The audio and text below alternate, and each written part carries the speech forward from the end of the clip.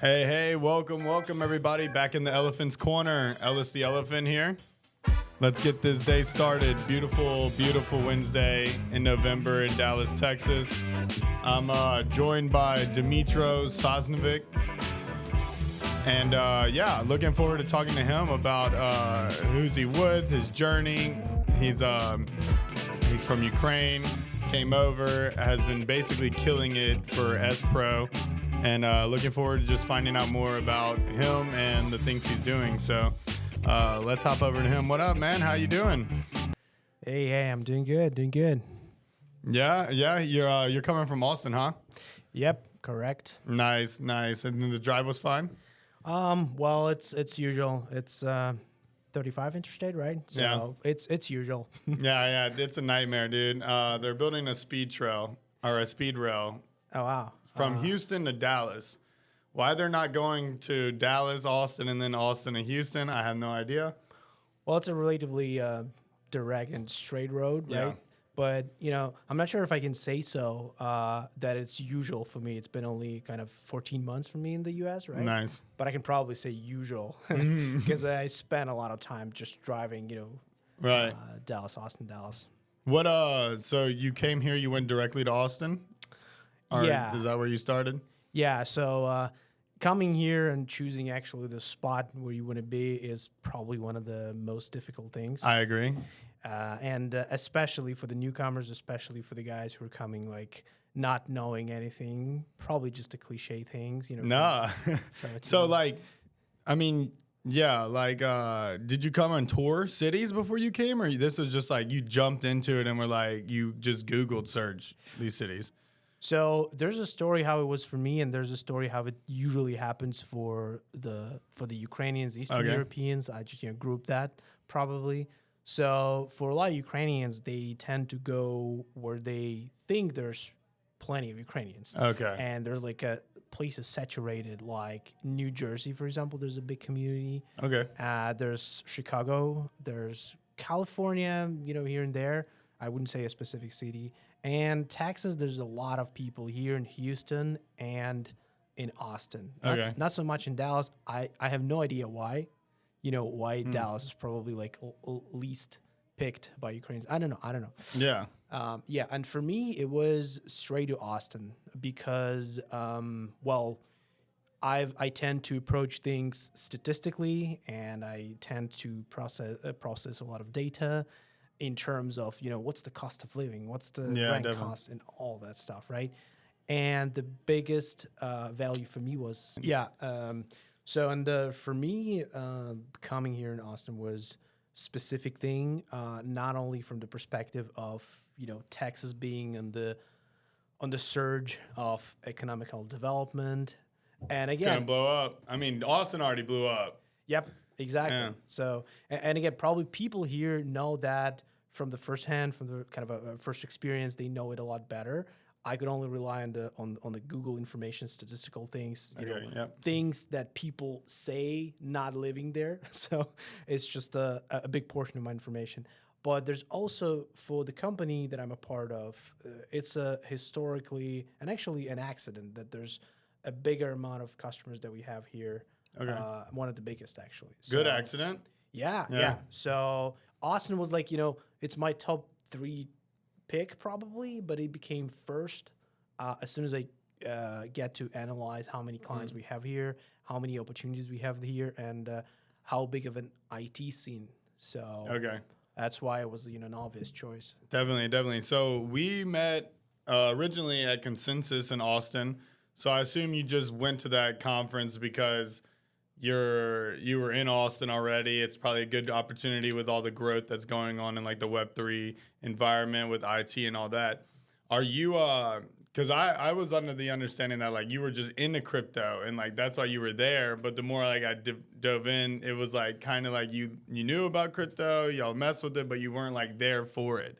Yeah. So like tell me about that, like how you got to the crypto conference, because that was funny. Right. So again, it's one of the interesting stories because as a company that I'm representing, the SPRO, we're very much gravitating around fintech, around banking. So the crypto obviously is the thing we're interested in, and obviously one of the biggest parts of my being in the US is going on those conferences and events. Right. So like logically I was there, but at the same time it's important to understand that I'm not particularly kind of representing, I would say, this subdomain of our company, because I brought slightly different clientele to our company, and I am responsible in kind of curating, yes, a different subdomains like energy and renewable energy and the logistics and manufacturing and healthcare, for example. Okay. But since it's the biggest kind of historical case study that we have, and there's a couple of unicorns that we raised in Europe working with them, right? So it doesn't make sense for me to not be there in that conference. Right. So what I'm doing at that conference is basically representing our company and connecting the professionals from the fintech with me, through me, with our European office, basically. Okay. So but I'm also upgrading my kind of knowledge and skills in that. So Definitely. No, you're probably learning a lot about like a lot of different like developments that's happening on that end. man, it's insane how many things are going and you don't know about Yeah. them. I think that my advice, just stand alone from that conversation, would be probably for people to go on to conferences. Even if you're not in IT or looking specifically for something, Agreed. go there, talk to people, and just check out what's going on in the innovation world, because you're going to be a part of it, Whether you like it or not, it's Absolutely. coming. It's a train and it's coming. What do you think's the most interesting thing you found out about like crypto or whatnot, like being involved in it, Well, or the most useful like application of it is, I would like to know. yeah, probably. I'd say that I discovered a lot of interesting things in banking and in a fintech now, banking specifically, that was applicable to what we're doing with the current U.S. customers, right? Yeah. And that was my mission and the goal for that event, because I wanted to connect with specific institutions, specific ICPs of customers that we already worked, and just give them a straight example, like here's a company that we're already working with.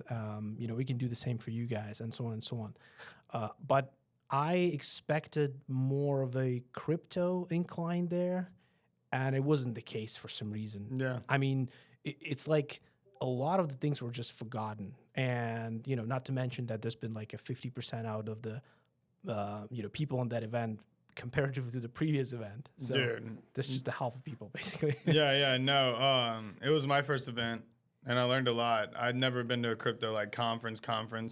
I went to like this NFT one, I guess, in Miami, but it wasn't like, I kind of snuck in, to be honest with you. It was in the same building that I was working in, and I just like walked through the back.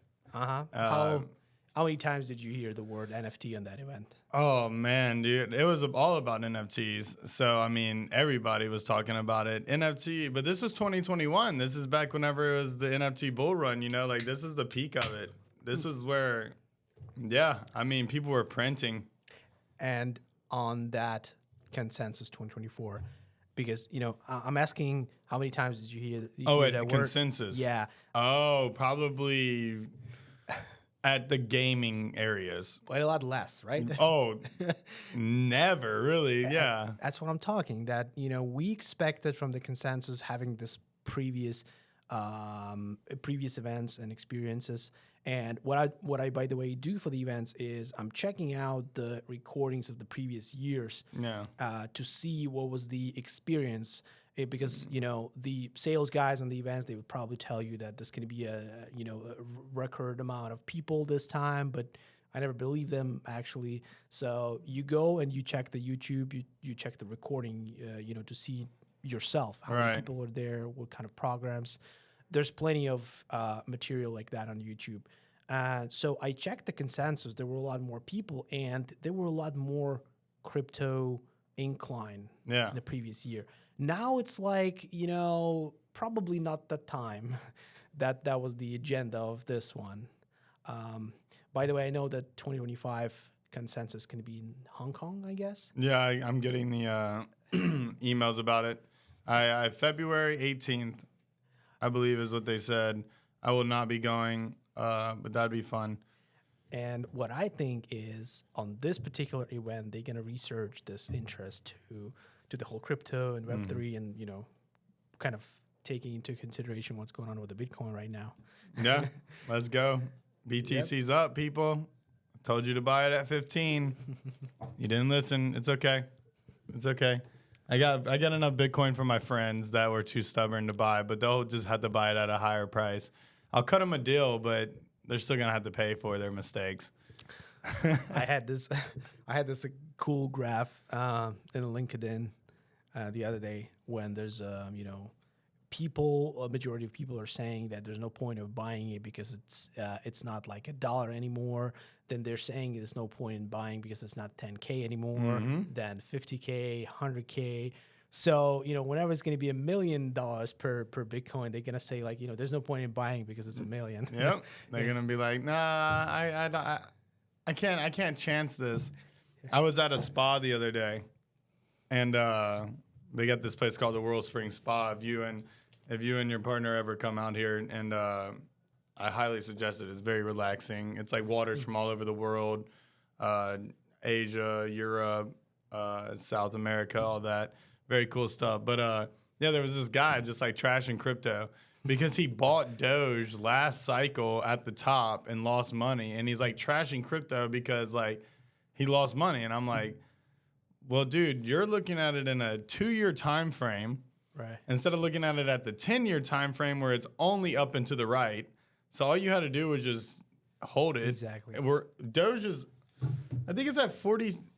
Somebody said it was blowing up today. Yeah. Let me see. It was 300% this year. Yeah. Am I mistaken? But I was just in the car and listening to this, YouTube video, and again, I don't remember the name of the channel, but It's at 40 cents. Okay. 40 cents, and it was 9 cents 4 months ago. And this guy's just like trashing crypto, and then is telling these people to buy NVIDIA now. And I'm like, okay, that makes sense, but that thing is up 1,000% on the year. What are you doing? I mean, and he's like, yeah, I'm up 150% on it. And I'm like, well, you're late. The point is that if he would have just stayed on the conservative course as everybody else with investing in stocks, he's going to have the same profit pretty much. So it's not about just doing what everybody's doing, right? It's about maybe to have a slightly better result because you kind of investing into promising coins. Yep. Of course, conservatively and safely, right, with a percentage of your income. You just DCA in. That's DCA for 5 years, and 15 years, you're going to be thanking yourself. Exactly. $5 now a week is $30 a week next time. So, and that's, by the way, the thoughts that I was expecting to kind of hear on a consensus when I was coming there, right? I was thinking that except for the innovations in the fintech and maybe the competitive companies, what they do with their clients, I could hear just a simple truth, people who know things, they could just hint you should probably go and, following this company, investing in this companies and this cryptocurrencies, because that's what's happening on those events.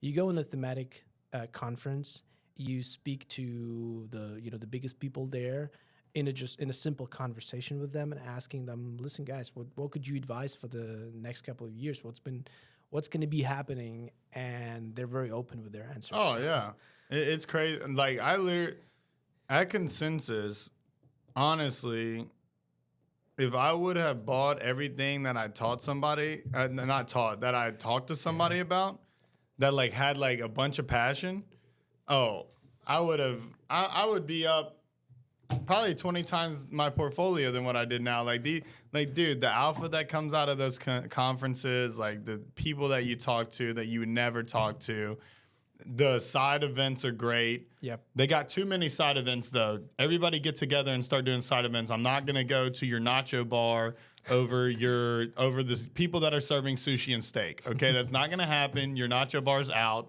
I'm sorry. That's just how it goes. Unless I like you and we already had a relationship prior. I'm gonna go to the other place.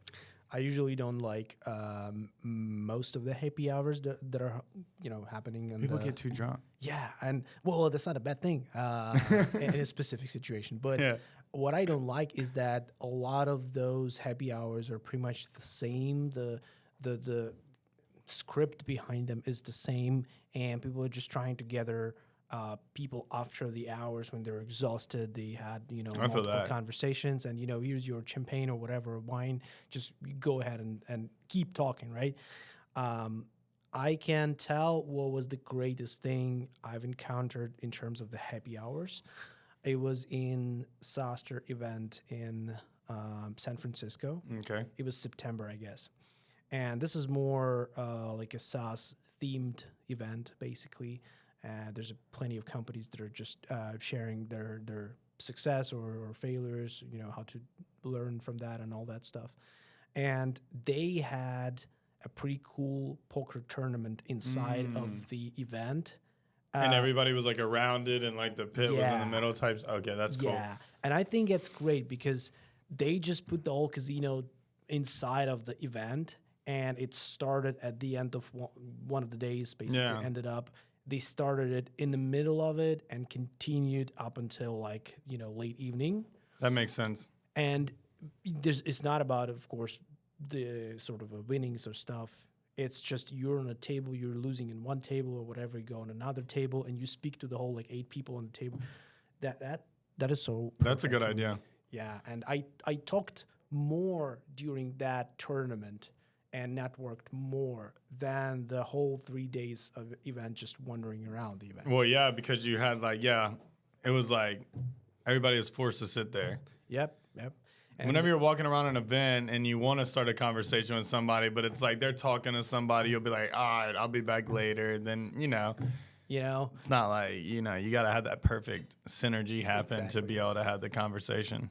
I gave them a point, though. I can take away a point, though, because on the other hand, they removed the whole messaging and meeting scheduling kind of functionality from their event, from the in-event app, which is sort of useless, unless you know exactly the people you're going to be meeting, and it just doesn't make sense from the perspective of numbers. So they claim that there's 11,000 people in there, and at the same time, they removed the possibility for you to message them, to schedule a meeting with them, to whatever. So you end up chasing people in a crowd, catching them, by their badge, trying to understand who's this badge is, and who it is, what's the position, and you're basically not interacting with people, you're interacting with badges. That makes sense. So it was kind of stupid. that checks out. Because why would they take it away? I don't know. They took it away just during the event. I know actually why they took it away. Official version to make the event more hustle-free. More in person, like you're just building a connection, not really like, oh, let's make money off of this type of thing. Isn't that what people are paying money for? Yeah. To be hassling there? I mean, it's true. It's okay to be hassled on the event where the whole theme of the event is being hassled or hassle someone. I don't know. No, that definitely makes sense. Okay. Nice. Yeah. So conferences are fun. You've been to a lot. How many have you been to this year? Oh man, this is my pain point. It's been 20, more than 25 for sure. 25. And that's all over the U.S. or all over the world? It's all over the U.S. Okay. So I'm kind of concentrating here, not flying distance. Makes sense. Probably Hawaii is the only exception. It's still U.S. Yeah, definitely. So. But you haven't been to Hawaii yet? Or you have? Yeah, I have. For a conference? Well, again, I sort of use the conference as a pre-entrance into my vacation. So, yeah, I spent 2 days. Of course. I spent 2 days in a conference, and then why don't I stay just for another 10 days here? So. Most people would be like 3. You're like, why don't I just stay another month at this spot? Let's go. I have an excuse, man. It was 10 days in a workation mode. You were still having meetings with people that were on the island and stuff like that. Perfect. Yeah. So, But it's it's one of the best ways to do your job. If Agreed. if not were if it isn't for being a sales guy who need actually a personal touch and actually meeting in person, I would probably work from Hawaii. Yeah. Oh, dude. I have a buddy that lives out there. I actually have a meeting with them. Oh, man. Did I miss that meeting today? Oh, man. I think I did. Oh, well, I'll call him. He's one of my really good friends. We used to do land surveying together. But, yeah, he's out on Hawaii. He does spear fishing and stuff like that. I really need to get out there to go hang out and do that because that sounds like a lot of fun. But I totally agree, dude. You got to make work definitely work for you. You know what I mean? Right. Go on a 2-day conference. They probably paid your way there. You paid the hotel after. I don't know if you got the flight home for free, but it makes sense. Like, you got to, finesse. Again, I'm not sure if it's going to be used against me further, but... That's why I didn't want to lean into that. Yeah, but probably it is a good way to use those circumstances that you're in a conference, using the space, the traveling expenses, all that stuff, to kind of lean onto it and use it in your own kind of leisure way. But anyways, I've done this more than once by just going on a conference and then staying in a state for another couple of days. Mm-hmm. But I'm considering that this is an investment of understanding of the culture of each state, each kind of type of people, especially when I was like in states like Oregon. Yeah, you're not selling to a person in Oregon like you are in like selling to a person in South Carolina. Like, that's not happening. There's a little bit of, I want a little bit, so. But not like those are two totally different. That's what a lot of people don't understand. The U.S. is huge. Right. I mean, Oregon is so far away from South Carolina. Like, those are...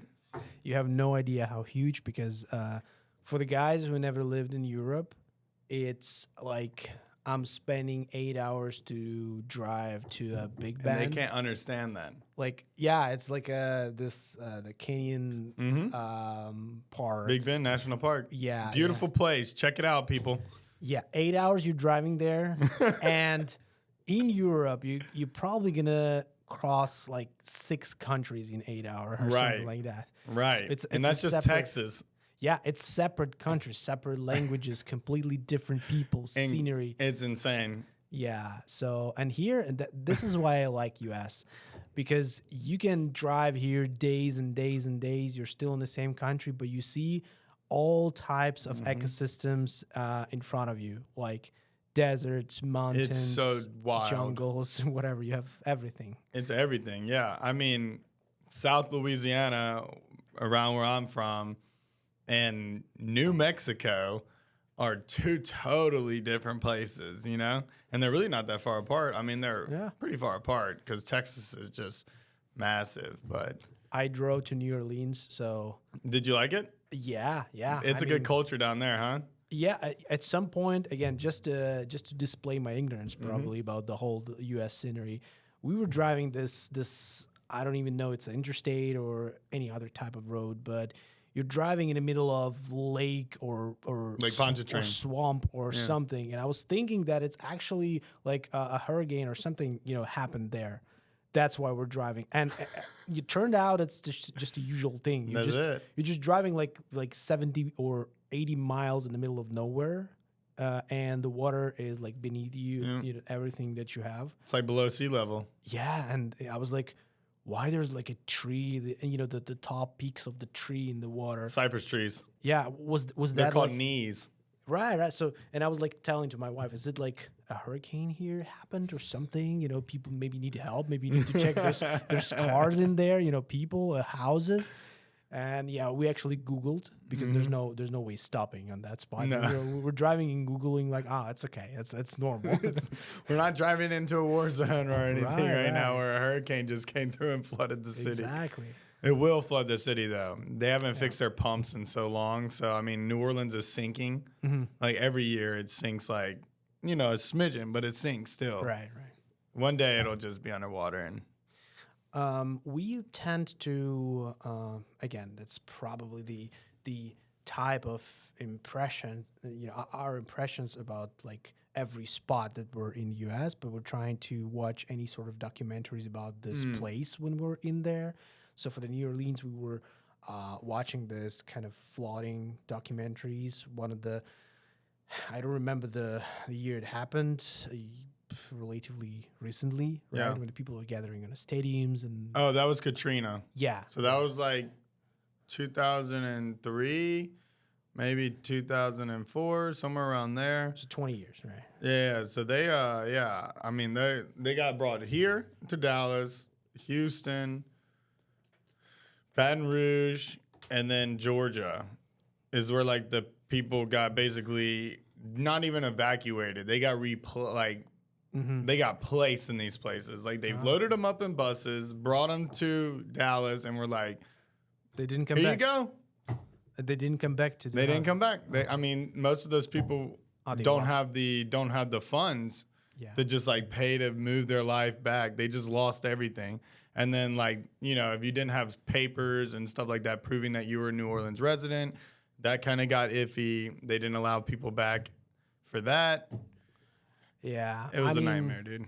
For whoever's listening, probably it's understandable now that a similar thing is going on in Ukraine right now. Yeah. It's a different source of the catastrophe, but the same consequences. People are just relocated, and this is Just picked up, moved. Yeah, that's exactly the origins of my story here. Yeah. So I never planned to relocate here to live here, right? So I thought that maybe one day I'll go there, meet my clients here, and just visit as a tourist, probably check all the states.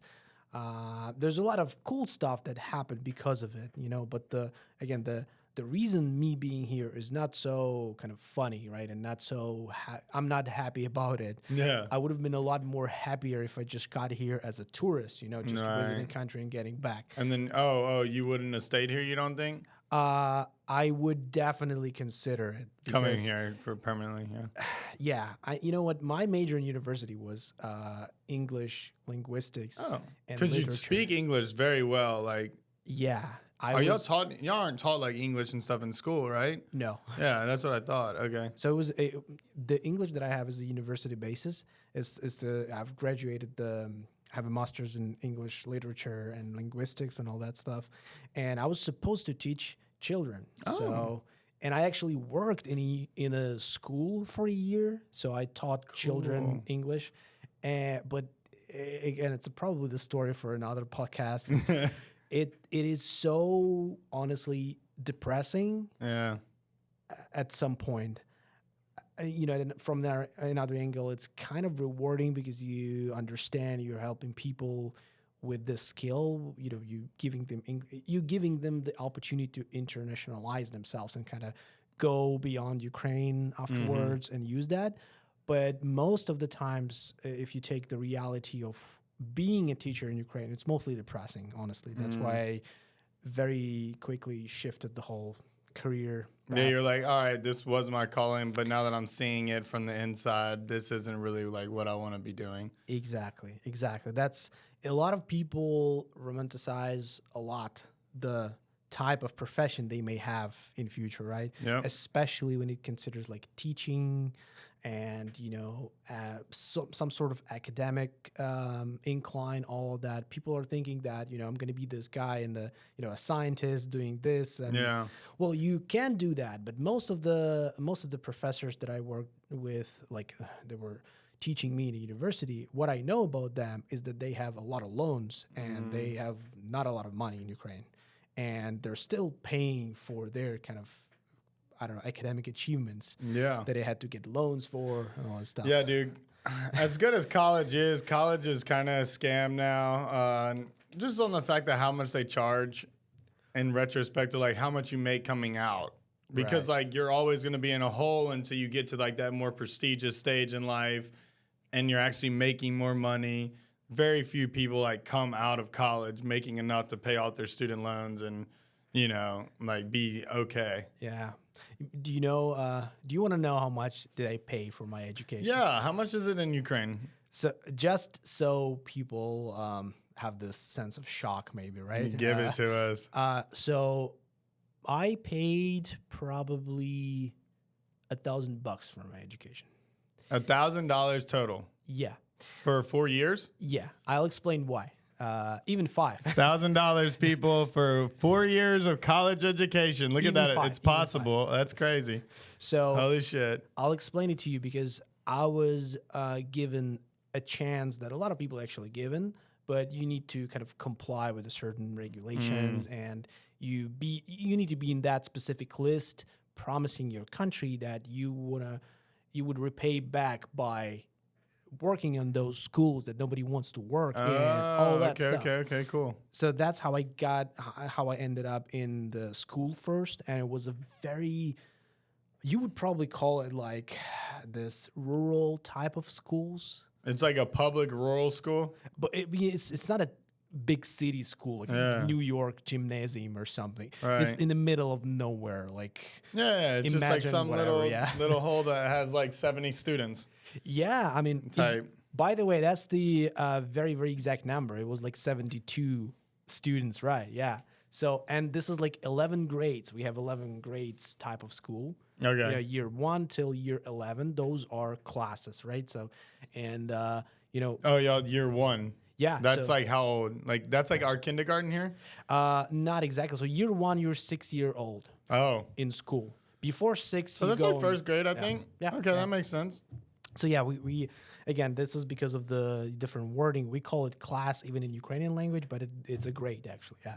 Okay. So the first grade, and up to the 11th grade. So those are like 16 years old guys. They're also like they're almost a college year, but they may not choose to go to college and just stay at school until the 11th grade, as we call it. Okay. Right. And then they can go work after that, or they can go to university. So I've graduated in 16 and went to the university. So you graduated high school at 16 years old, Yeah. and then you went to college. We call it university. Or university, So- sorry. Okay. I'm sorry. I just wanted to no problem. reiterate that because we had to wait until we're 18, and then we can go. So basically, you're getting a 2-year head start of already getting that out of the way Yeah. and being more prepared. Okay. Well, maybe in a way, but actually you can go to a second grade of educational institution as early as 14. Wow. So 14, you can go to what we call college. It's like something that give you this extra couple of years of school knowledge, and with graduating like 3 years in a college, you can go to a third grade university immediately. Skipping this freshman year and sophomore, you can skip that. But again, it's very relative to what we have there.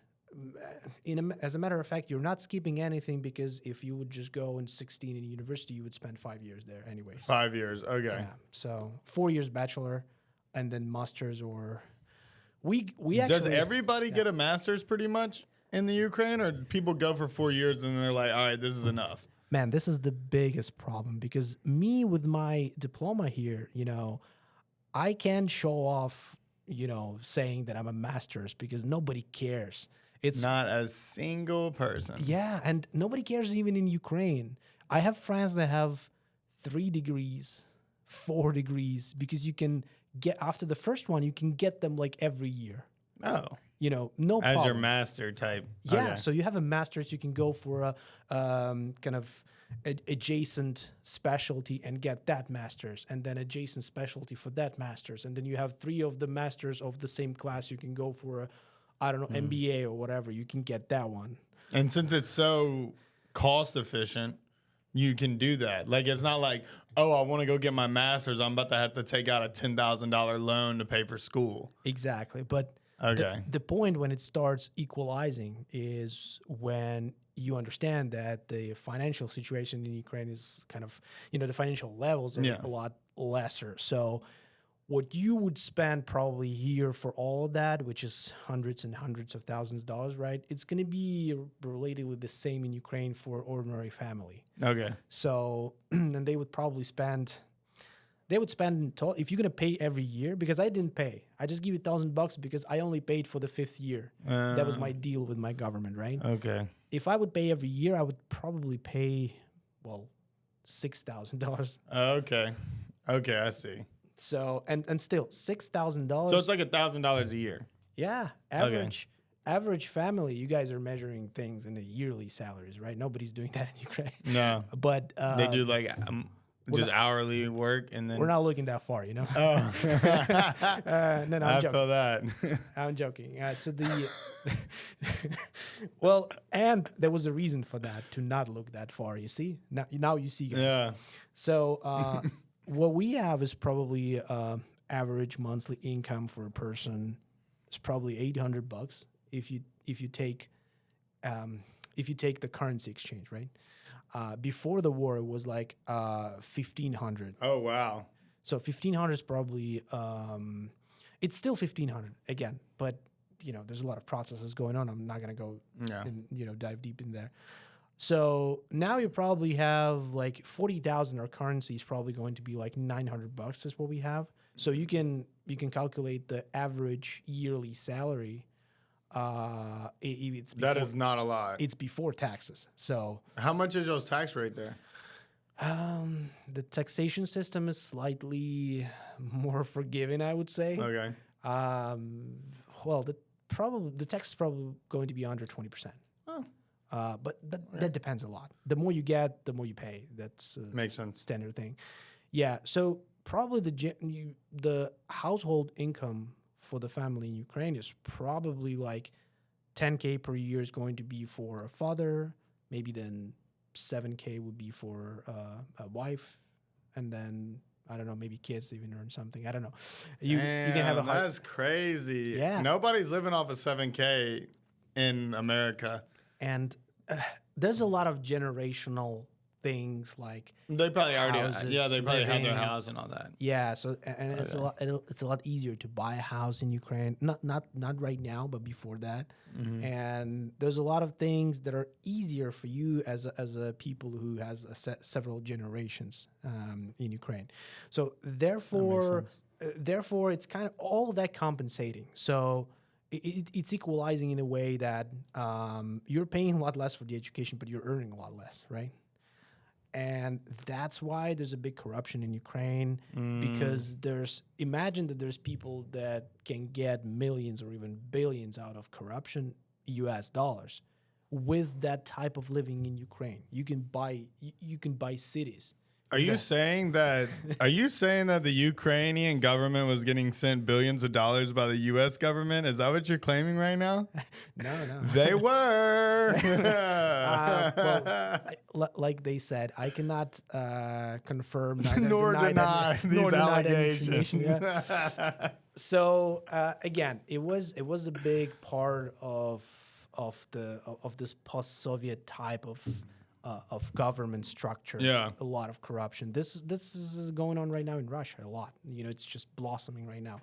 But we're trying to shift that. We're trying to change that as maybe type of Scandinavian countries. There's like Iceland, I guess. Iceland? Those guys had a great experience of being, doing not so good and then just turning everything around and, picking people from the government that they would not want to be there and putting people they know in there and just making it super simple. Making it work. No election, no this, bureaucratic stuff. They just make it work. So we want to try and do something like that, but probably as an example of Israel, trying to do this while kind of defending the country, which is also doable. You just need to optimize whatever the resources you have. Yeah. And corruption cannot thrive in that whatsoever, because if you'll keep doing what you're doing with like stealing money, all that stuff, you're not going to survive. We're not talking even about progressing or doing something, right?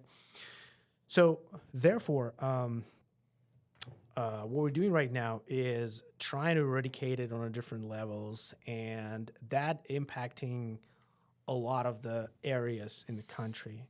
And that's why I can probably bridge this conversation into a topic. Why am I representing the IT company, and why this company why there's so many IT outsourcing in Ukraine, right? Yeah.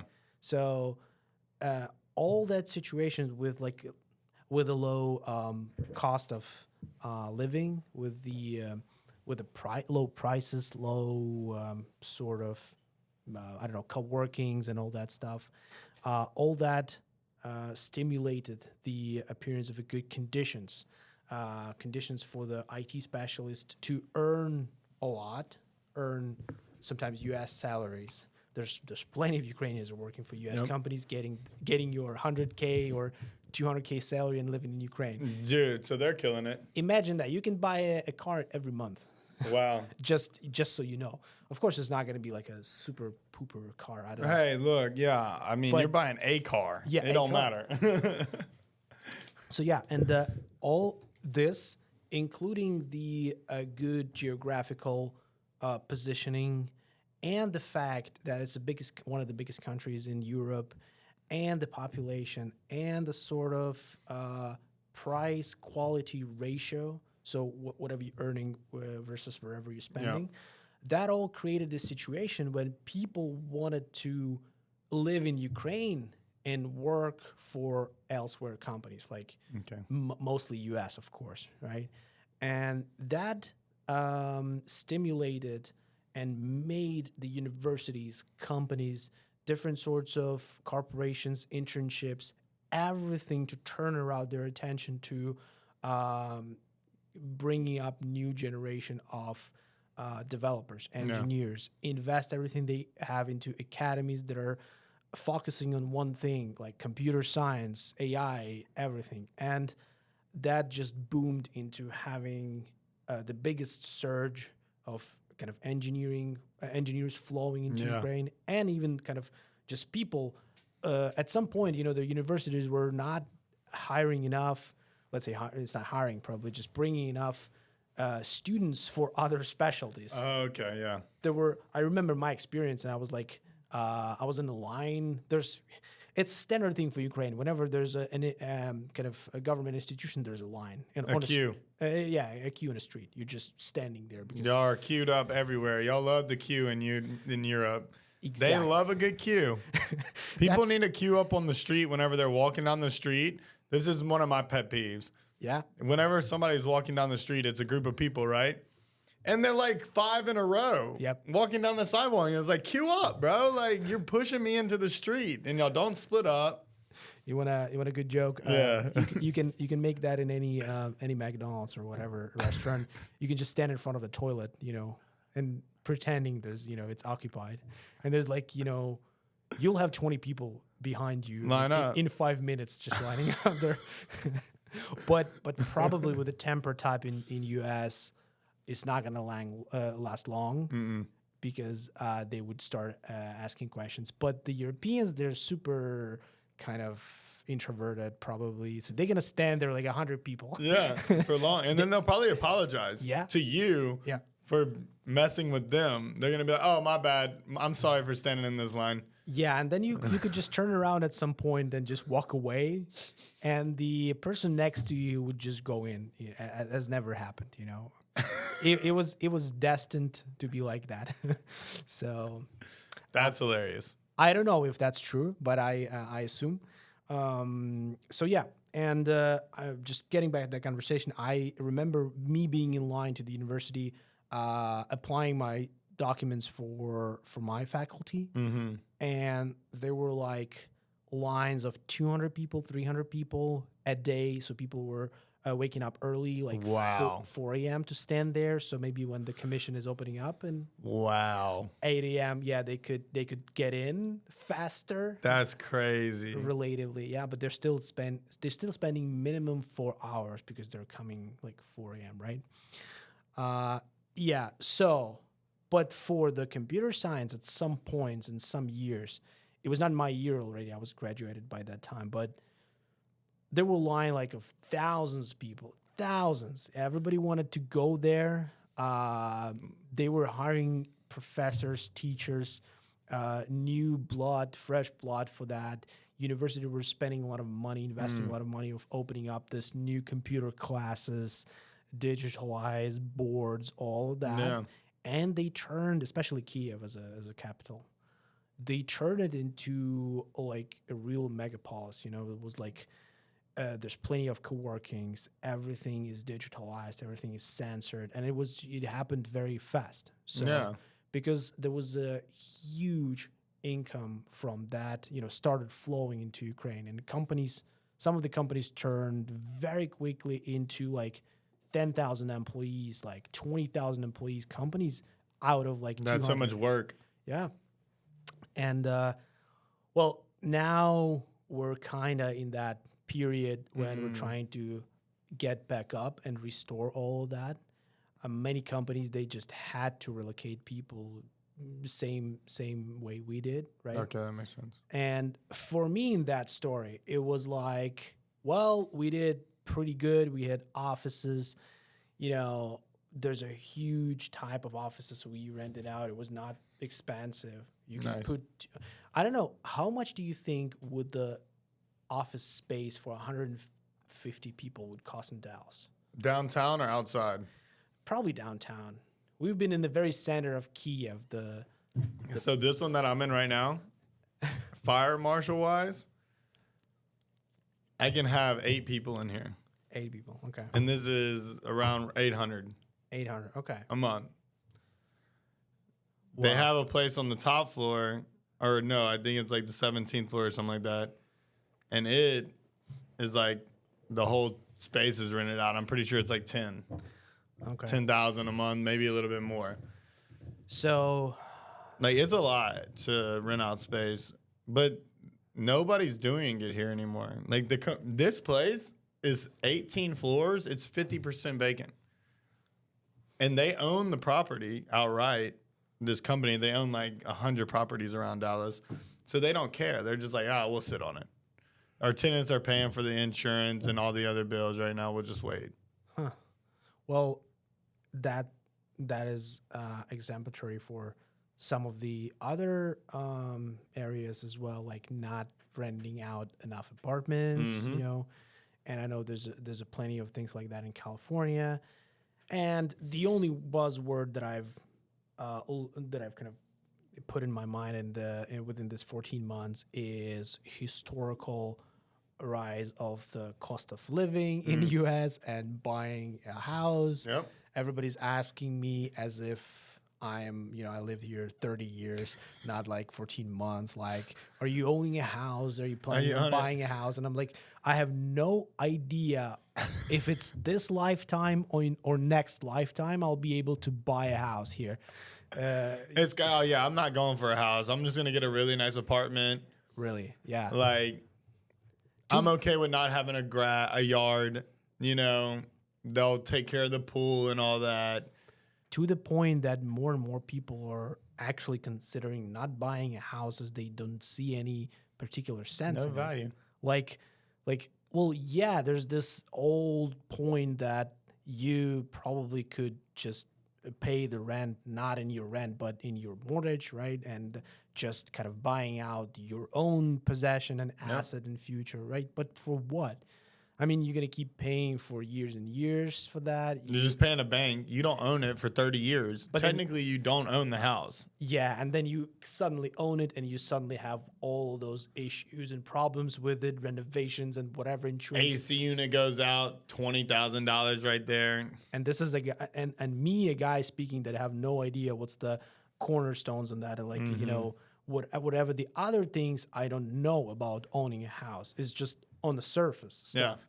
So yeah, like having this into consideration, like, yeah, we don't even think about that. We're thinking that probably you should just secure some kind of passive income, whatever types of other income that it's just by default, you have like 4 or 5K a month that you're spending for whatever the apartment. There's always going to be a space for living for 4K in the US.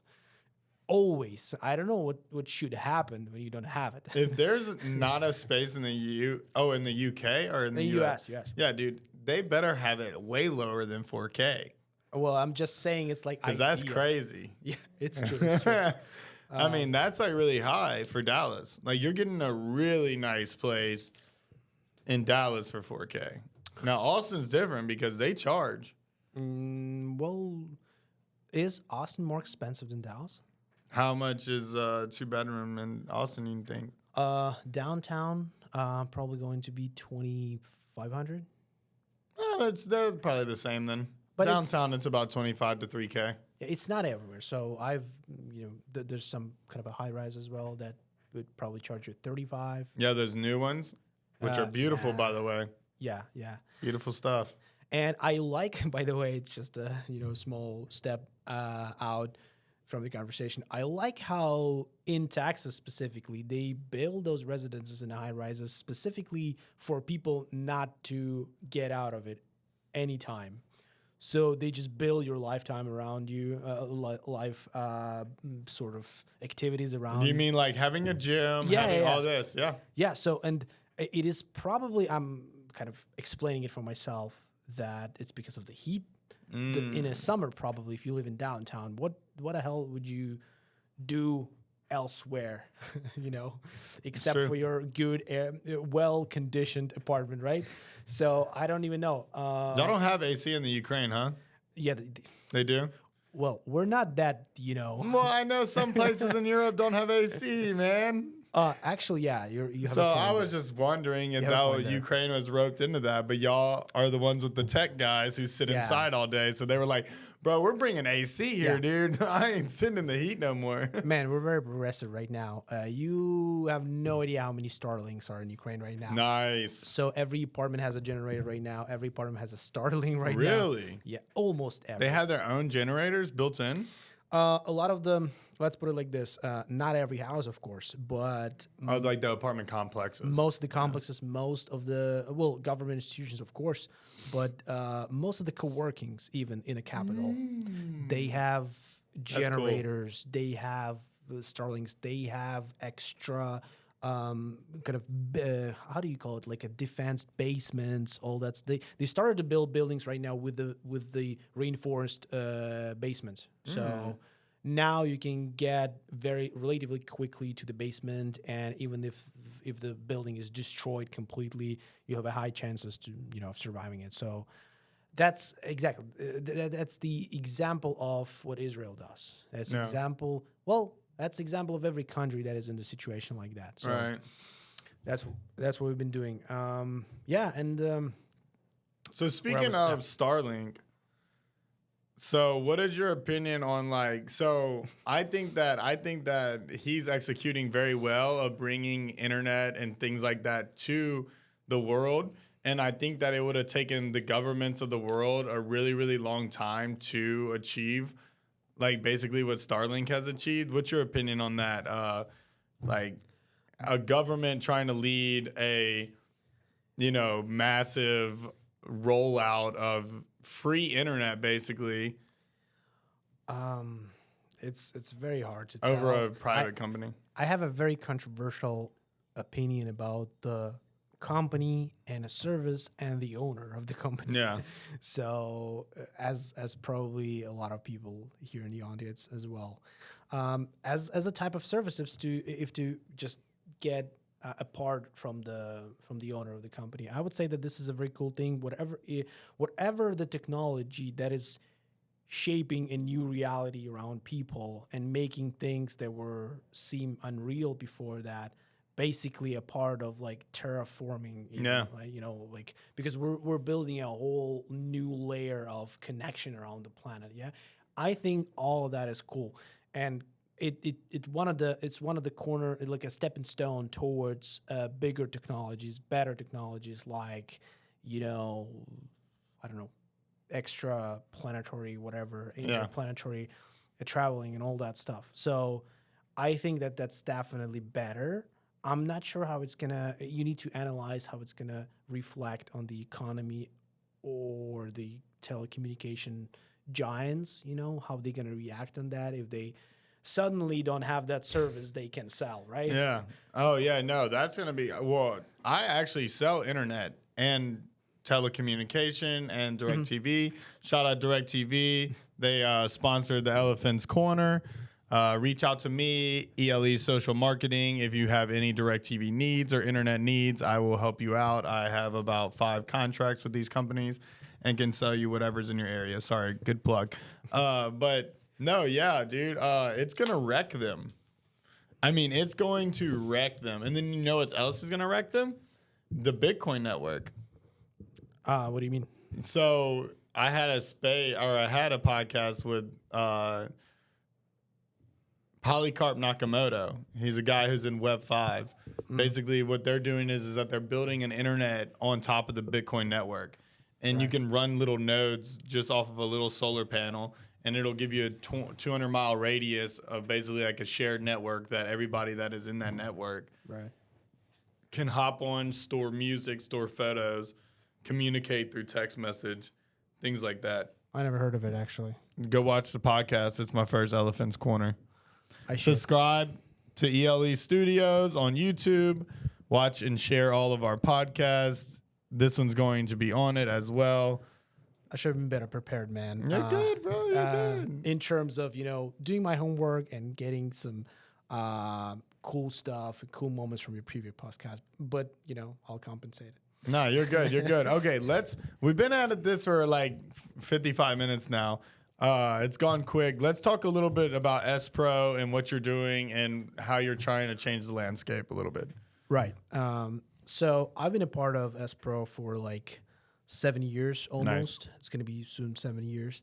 And I came here as a junior sales guy, basically. That was the moment when I decided that teaching is not my career, and teaching wouldn't probably put food on my table, especially how is it in Ukraine with the education. So I got into SPRO through some time in my sales journey. Right.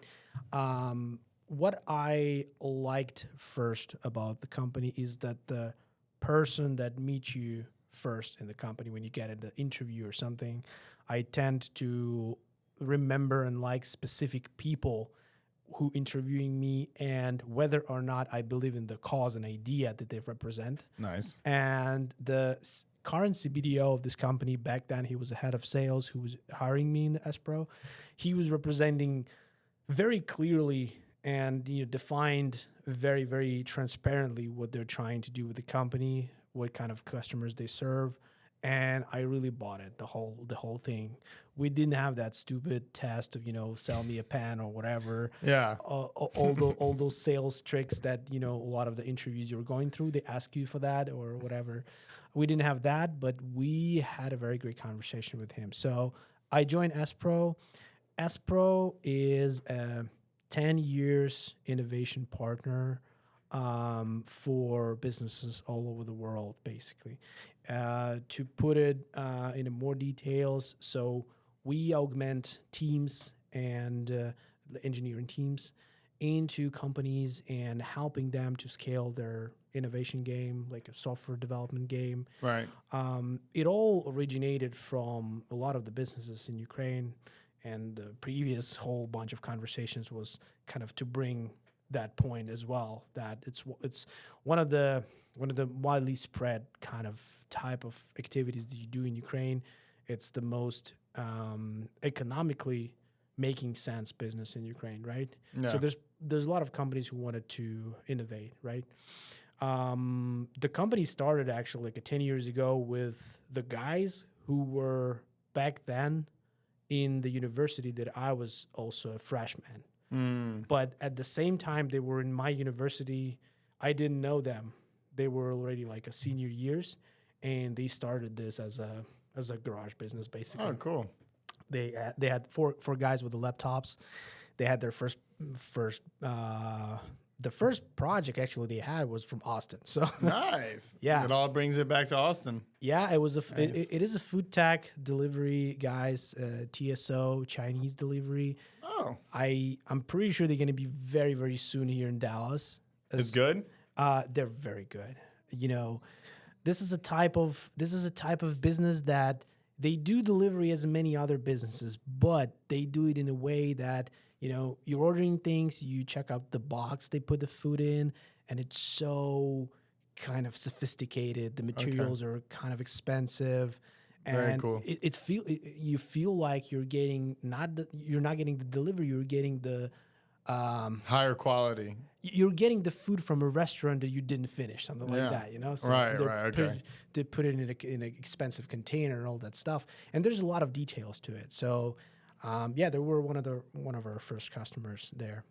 So, and since 2014, I guess, 14, we grew from 4 people to the top was 2 years ago. We had almost 400 people. Wow. So 100 times. Yeah. So we made like 100x in amount of people. Now we're closer to 200. Have had to ramp down with whatever's going on right now. But again, I'm here in US to just make our way back to this 400. The plan is to make us up to 1,000 people. Wow. And I'm really put a lot of stakes in having a lot of the people here as well. So having like a local representation, right? Okay. So what kind of person are you looking for? Well, Let first, them know. They might watch this and be interested. yeah. So what we're looking, and one of the reasons why I'm in Texas again is because there's a big potential for businesses here that has good, let's say, they have a good conditions for being innovative. They have enough resources. They have, let's put it straight, they have enough money and they've generated a lot of wealth, but they are super like analog so far. So they want to be innovative, but they don't know how. Yep. I'm meeting people and owners of the business, and they say like, first of all, we don't want to screw it up. We don't want people. We don't want to mess up what we already got going, basically. Huh? Yeah. That's first thing. Second of all, we're not sure the competitive advantage that our guys like our competition is doing with AI right now. It makes sense. We don't see a simple explanation why whatever they doing, if we did it, it would have been great for us, right? So they need a personal touch and a personal like assistance of explaining like, this is the game plan, this is the team of engineers that's going to do that, this is who's going to be responsible for this. I'm the guy who's going to be like, appearing here every I don't know, Friday, reporting about the progress, all that stuff. So that's why we end up here in Texas. So the type of, I would say, ICP that we're looking for is the businesses in between the post MVP stage, when they already have a business like up and running. There's a certain tech centered core they already have that brings them money, and probably up to like Series B, even Series C companies that just cannot keep up with the pace of how what they want to do. They're growing type. Yeah. The pace of the amount of things they have in a backlog. Right. Okay. And usually those are the companies that approach you yourself and tell like, listen guys, we're looking for help here and there. That's the easy way, right? Right. But what we want to do is, we don't want to be guys who just respond on things like, you need a team, here's the team, here's the guys, they have I don't know, great skills, they want to do stuff for you. We want to be responsible for either a part of things in this backlog or even the whole innovation game, like taking charge in helping companies to grow, right? And that means taking responsibility for the pieces of work, the pieces of code and solutions that we did. Strategize with the company, kind of sell them in a way the technical ideas that we have, persuade them that this is the correct way to implement them. Of course, justified, not just saying because we're professionals, but because showing them data, showing them research and the good homework that we do. And the longer the relationship, the better, in terms of, it's not a quick thing to just build software and innovate things. So, and all these softwares are customized around the client, correct? Or it's like kind of like y'all had the blueprint and then y'all can tweak it a little bit. Well, we are a tailored software development team, which means that most of the things that we do, they are unique. Sweet. Of course, if you will generalize the whole industry, there's not a lot of unique things already been developed. Everything's been developed. You're just looking for the ways to optimize things, right? Yeah, and make it maybe slightly faster, slightly cheaper, and so Make on it and so flow a little bit better. Okay. Absolutely, yeah. So, but what we want to do is there's still a big market of companies that has a potential, that has, they have something in their backlog they want to build. So we want to help them to find the most, let's say, the most optimized way in the current economy, right? Okay. And the outsourcing overall solves a lot of problems, solves a lot of issues, especially in a era right now when everybody's trying to cut costs, right? And everybody's trying to be more flexible. Mm-hmm.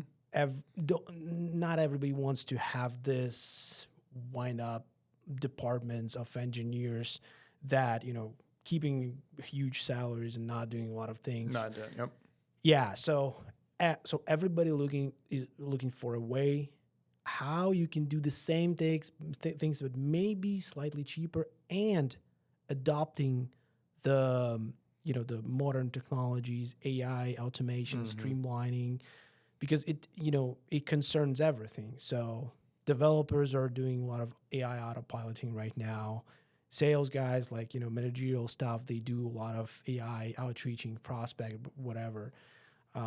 Again, it's a whole another topic about using the AI and all of that. Yep. But unlike a lot of the companies, what we want to do is not to sell on the idea that everything could be done now if you would just build another AI tool on top of what you have. Yeah, we just want to sell them the idea of do a proper research with us. Yeah. Like, we'll get you the right stats. Right. Basically. So, like, what if we would tell that this is the solution, or this is the automation, or this is the kind of, if we just reduce something or delete something out of your processes, what if it's going to help you? And here's a game plan how we can prove it to you. Let's start with the discovery. We'll do this and this with this amount of people. They would produce this deliverable. It will show you empirically that you can furthermore do this and this and that. This is your kind of return on investment if you want to build that. Here's your game plan. You're going to need to spend like $150K on the software building on your MVP. It's going to start bringing you money in the 6 months. And because it optimized your certain process to like a 75% extent, you can get this amount of money out of that. And it, I would assume, helps weed out like the stuff that wastes a lot of your time. Exactly.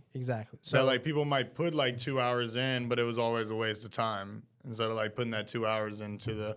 Absolutely. Yeah. I would categorize the whole game plan that we do in several like pillars, I would say. There's stuff that you can automate, make it simpler, easier, more streamlined, right? Yep. So there's a stuff that you can remove, just basically delete out of your processes, and maybe build something that would not contain these processes, but only concentrate on, 3 points in your operations instead of 10. You don't need that, right? So it's like adding something cool, deleting something unnecessary, or building completely new stuff on top of existing things to help you reach new markets. Which means if you're, you're in a service business, you're doing, whatever you can do. Pressure washing. Yeah. Okay. So you're doing that. You probably have a certain processes with the number of employees that you kind of, bringing orders. You need to somehow categorize those orders. You may have a lot of those orders, more than you have people to process those things. Okay.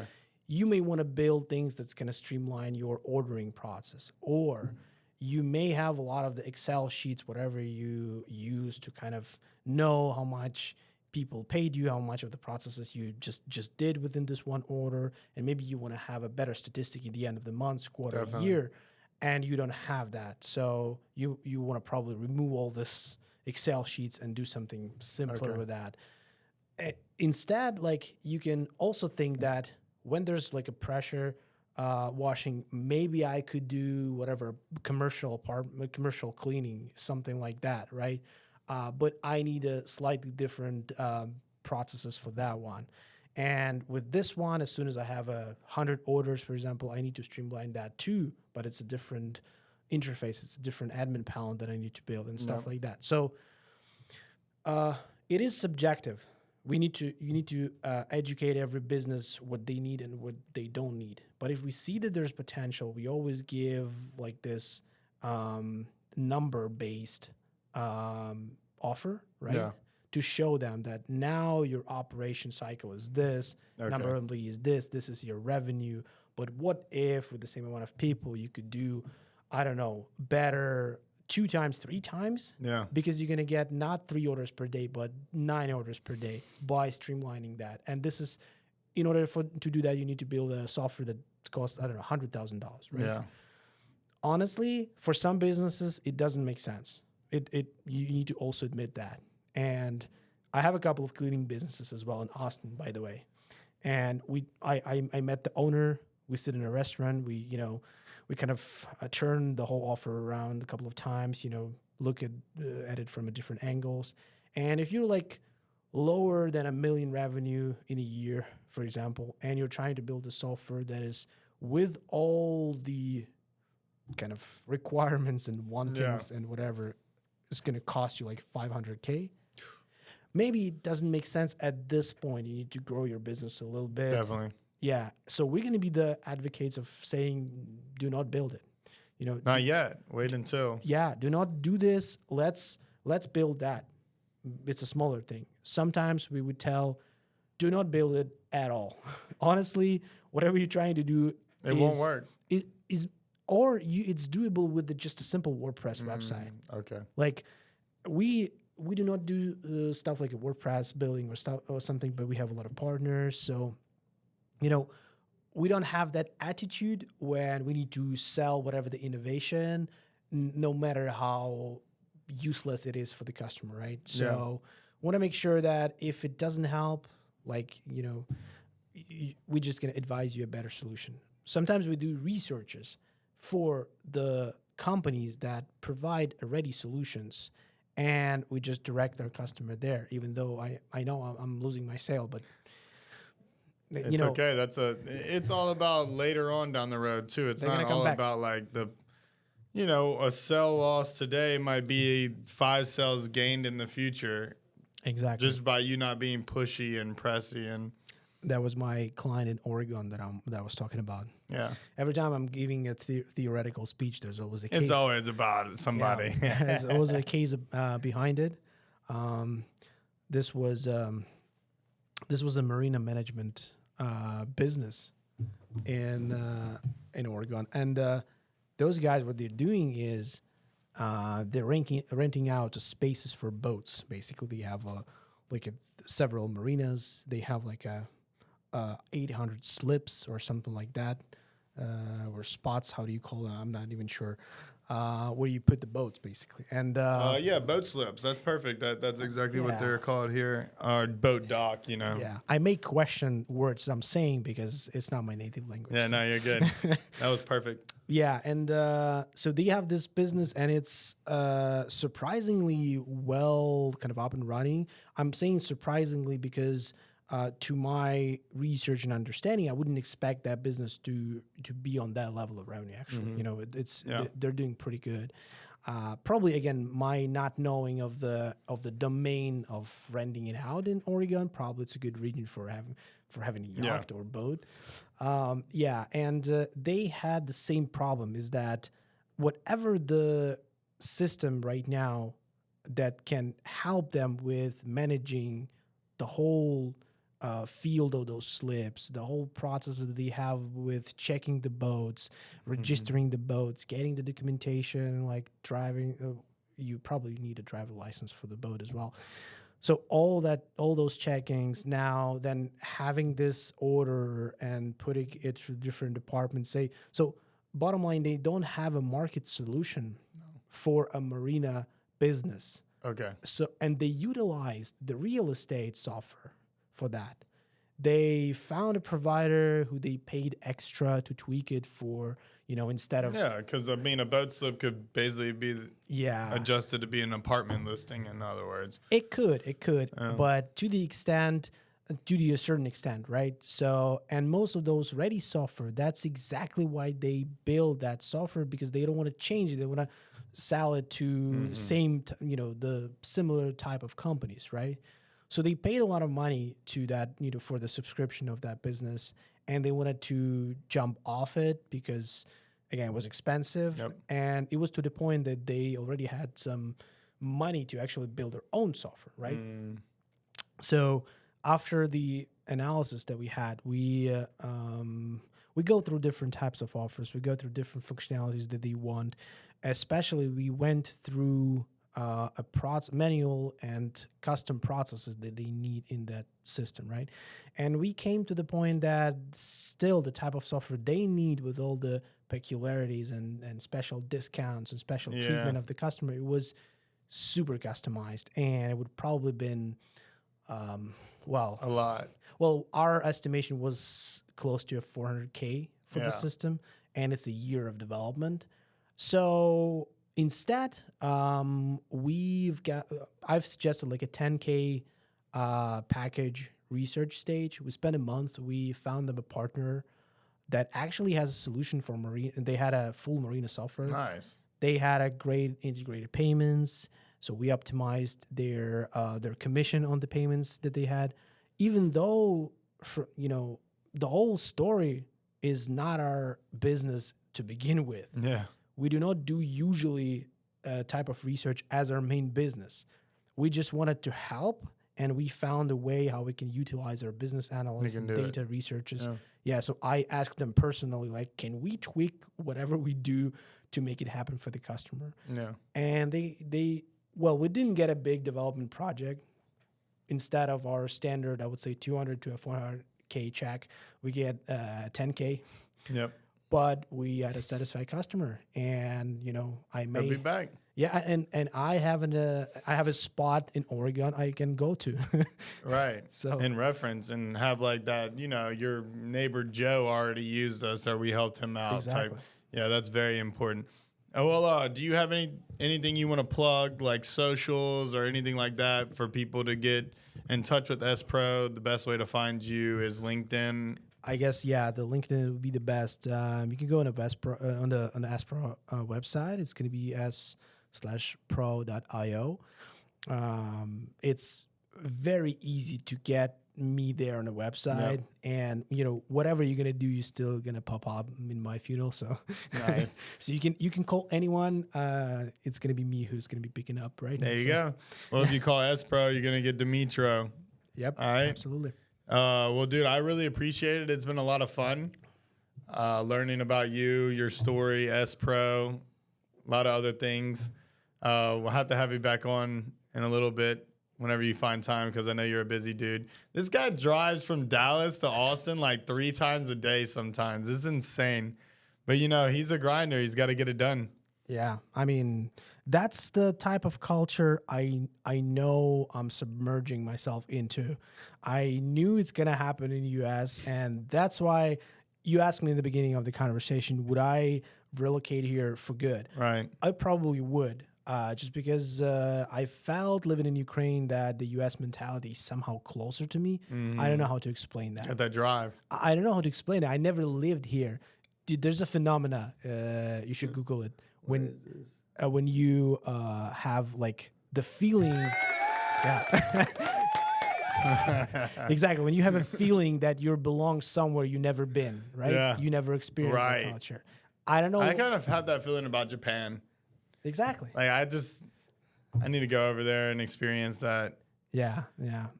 But bottom line, again, I really appreciate the invitation, and it was very nice speaking a little bit about the whole, getting into a new culture situation. It's been 14 months. I hope the next 14 months will be even better. They're gonna be huge. And I hope to come back soon and talk more. Definitely. Well, y'all know what it is. The Elephant's Corner. Thank you for listening. Subscribe, share, like, follow Dmytro on LinkedIn. You got Twitter? I don't. No Twitter, so just follow him on LinkedIn. You can get in touch with him. He's very responsive. Yeah, and I really appreciate it. I'll see y'all next time on the Elephant's Corner. I think I'm having Untamed. This week, I'm having the film doctor come in. We're going to talk about how she is just killing it across the film industry. And Untamed Elephants will also be premiering. So, yeah, thanks for coming out, everybody, and love you. Have a good one.